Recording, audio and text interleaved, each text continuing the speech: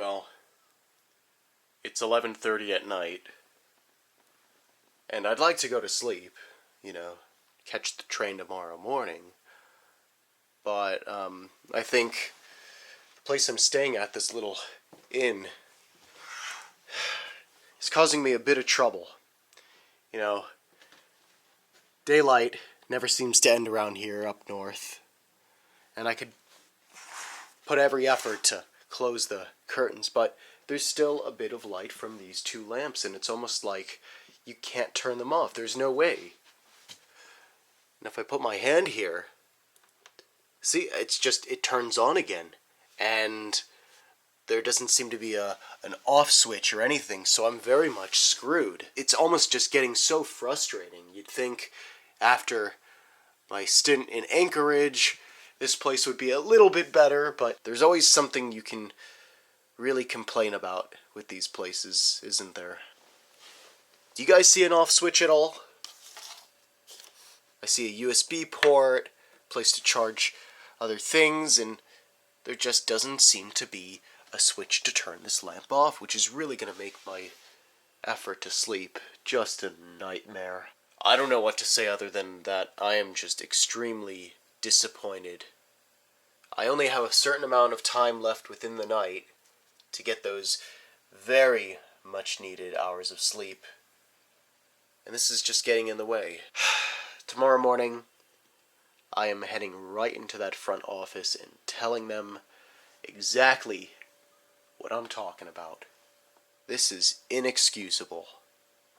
I could just go on and on and on about my frustrations. Maybe we just truly have to go someplace well into the middle of the woods to find some solace, to find some peace and quiet, to find the right conditions optimal for a good night's sleep. Good night.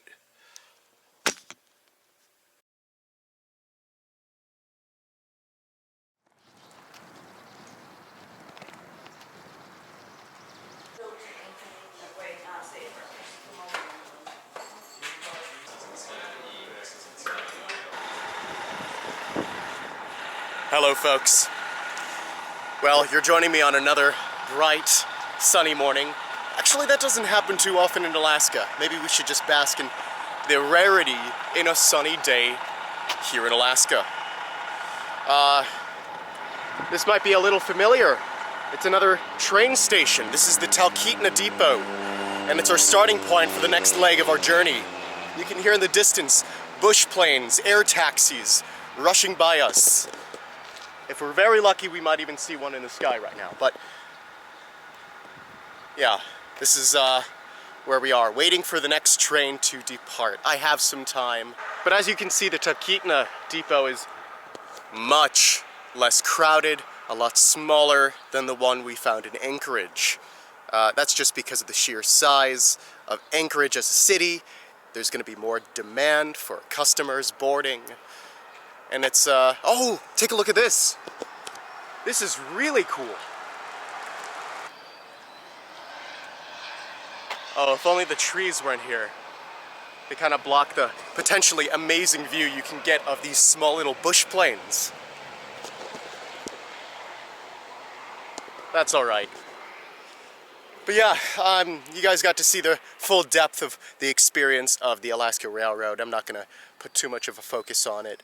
I'll see you when we board.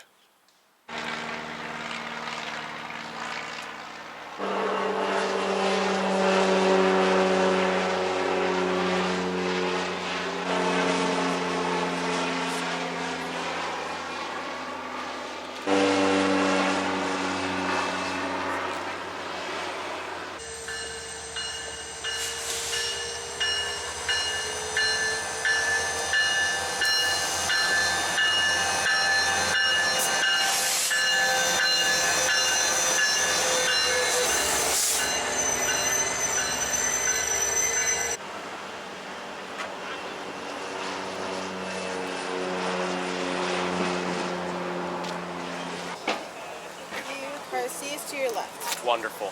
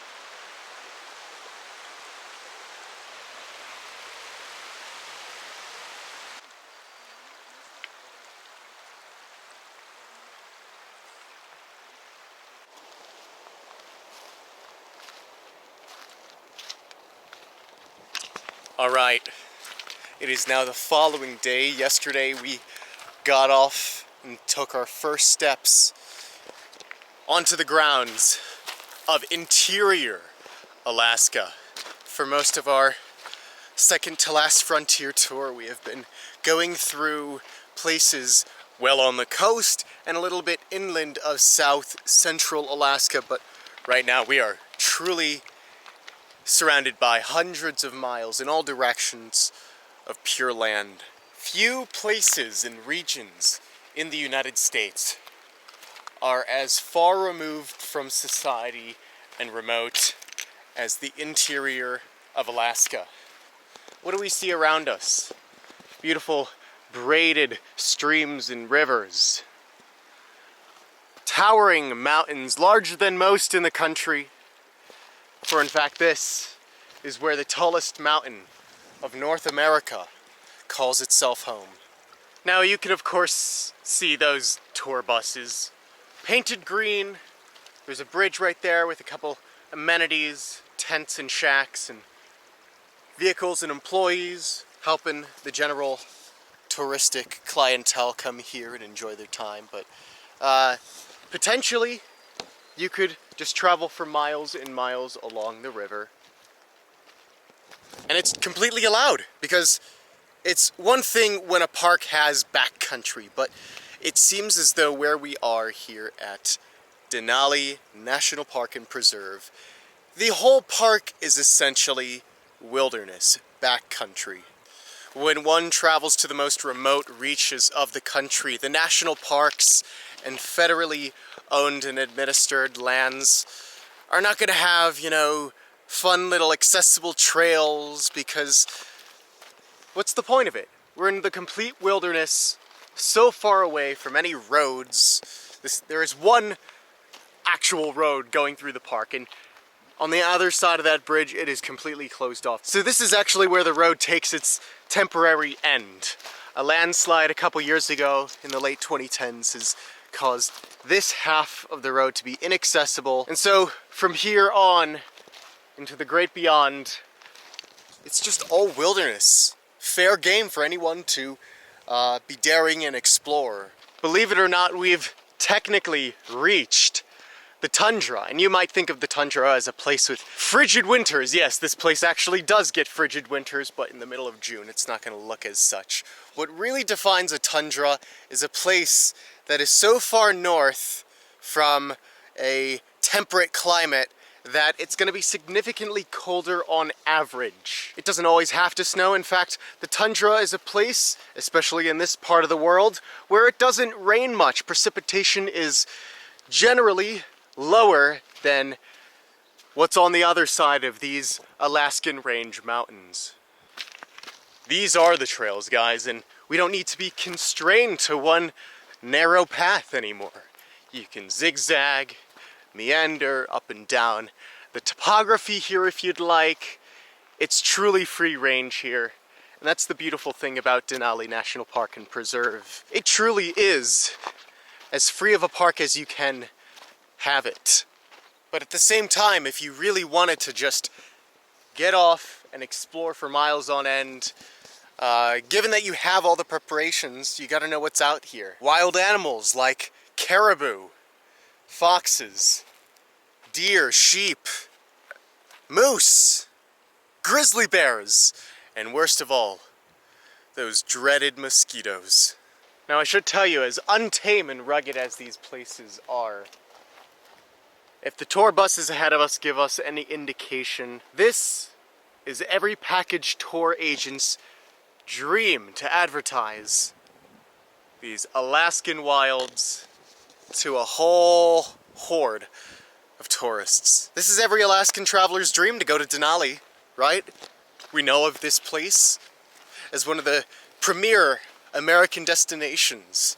As a result, you got lots of people, from families to retirees to young couples to just intrepid adventurers like us, who want to really conquer these lands in our heart of hearts and see what is just out here in the middle of Alaska.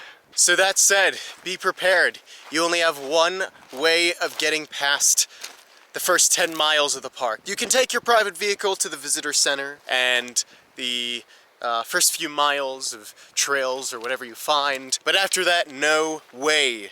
You must reserve and ride one of those green buses. You have no choice if you want to come out here, unless you want to walk the whole way, but even that's very painstaking and arduous. So you're better off taking those tour buses. Look, there's another one, a brown tan bus. They each have different services and functions. That might be a guided tour bus where the driver, their responsibility is not only to drive you to and from the places you want, but also to give you an auditory narrative of all the wonder in this park.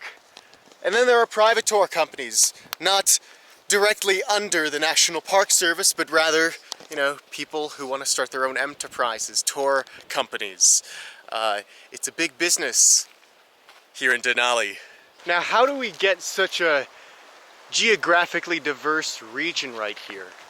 Why are there so many interesting various landscapes that have formed? Well, it's all because of the glaciers. These waters hold glacial meltwater. These waters used to be part of a solid mass of ice and frozen water from up there in those mountains.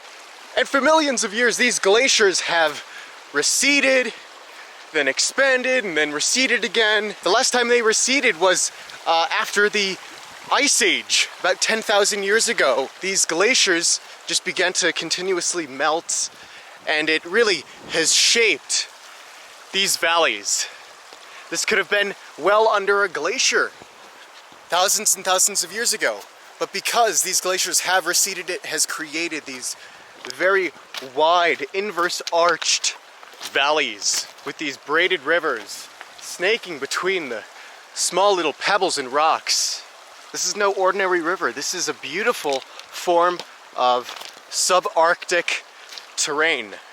You know, it is very nice to see a body of water without plastic water bottles or cigarette butts lying on its banks. This is completely free of any human activity. 6 million acres in total compose Denali National Park and Preserve. And all of those 6 million acres have been given the oath to be protected and conserved for not just us to enjoy right now, but for future generations to come to witness this natural wonder in a very similar state, as preserved as it can be from the time we see it right now.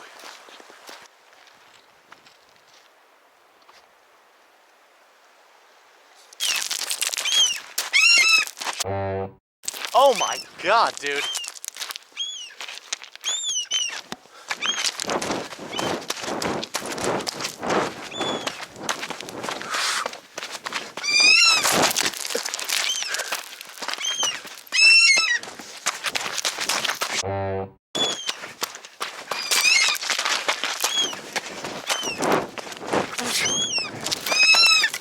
Oh my God.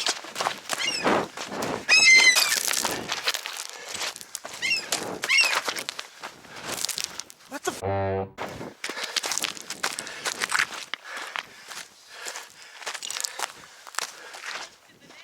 Yeah.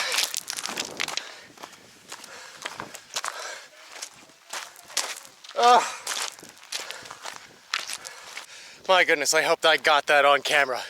I had no idea even simple birds could be so predatory in their behavior. You know, I was just walking along this way. I don't know if I was getting near a nest or whatever, but this bird came out of nowhere, started squawking, diving towards me like a fighter pilot or something. Oh my goodness. Well, you gotta be safe. You gotta make sure you're looking in all directions at all times, because you never know what happens next. Who knows whether I encounter another animal, you know?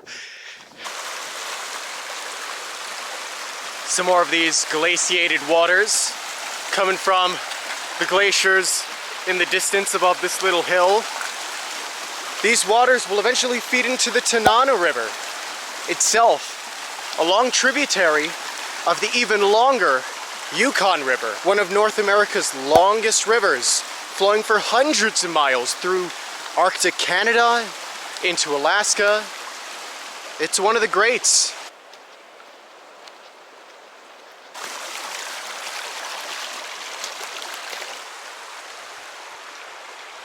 Well, I've been hiking for now more than a mile, trying to find a way not only across this East Fork River, but onto the little grasslands, the brushlands that are probably the only green this tundra landscape will have.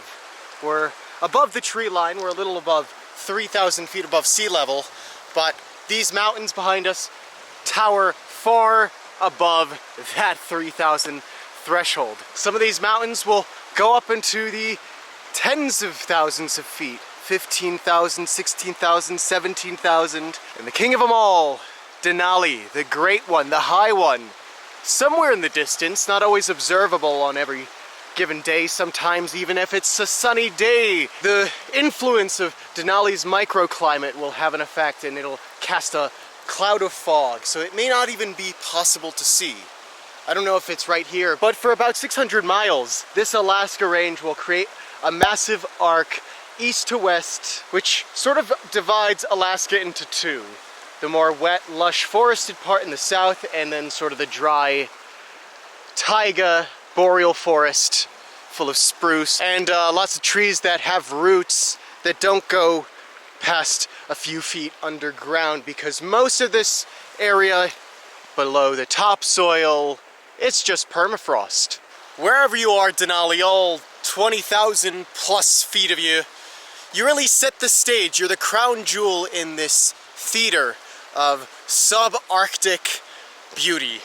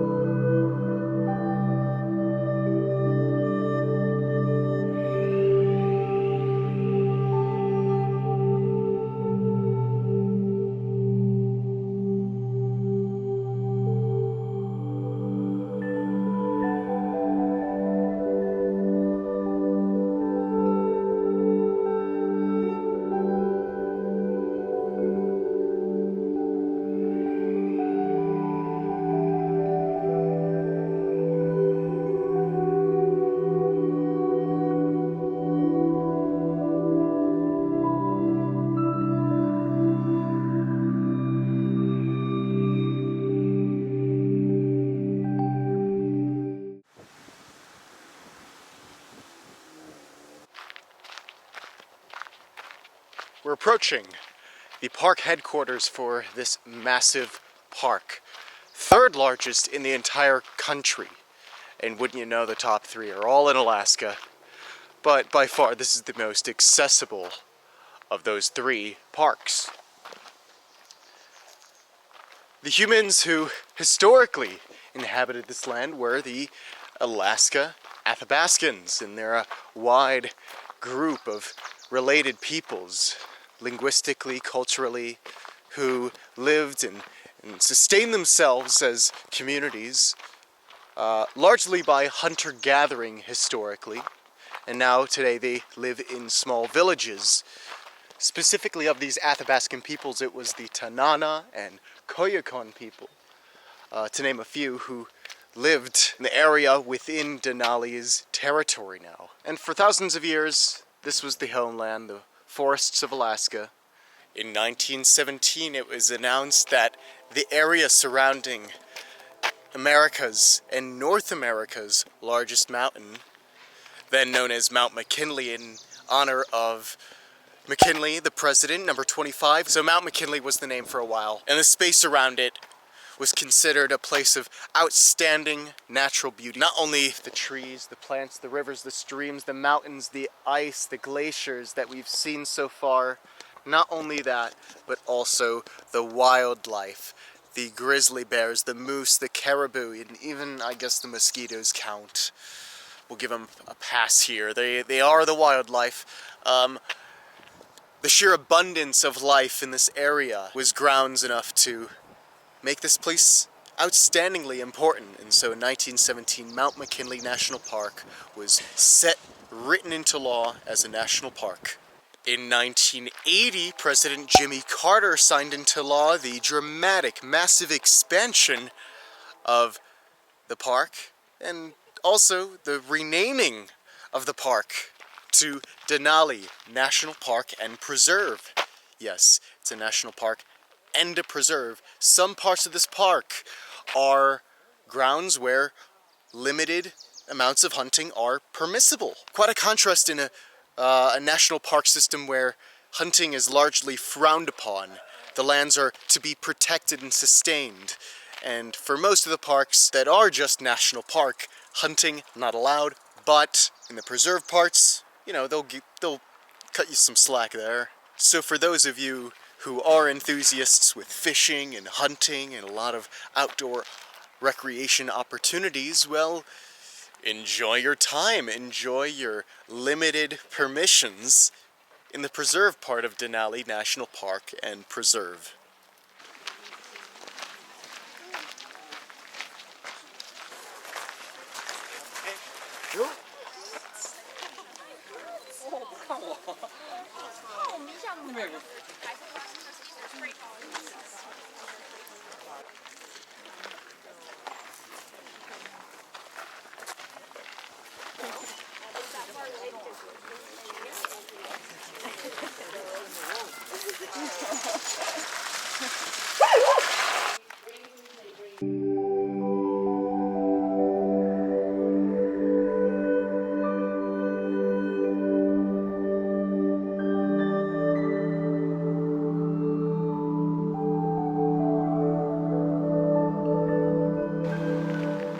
Wow, I didn't even know there were actual lined trails here. I thought it was just all go as you please along the beautiful subarctic paradise we have. But I guess there are certain ways to get around, especially as you near the visitor center. And that's where I'm approaching just to get my point of reference across. Better than just taking another bus, you know? This amazing Alaskan mountain has been known by many names throughout history. The name we're most familiar with today, Denali, is the original name for this mountain. The Alaskan Athabascans, who originally inhabited this place, the people who still inhabit this place, called it the Great One, the High One. That's what Denali means. And then the Russians came in, looking to colonize certain parts of Alaska, and they too saw this amazing mountain. What do they call it? Bolshaya Gora, which means Great Mountain, or Big Mountain. And then when the Americans came in, Mount McKinley, named after our 25th president. It goes by many different names, it has indeed, but despite the name changes, they all have one thing in common.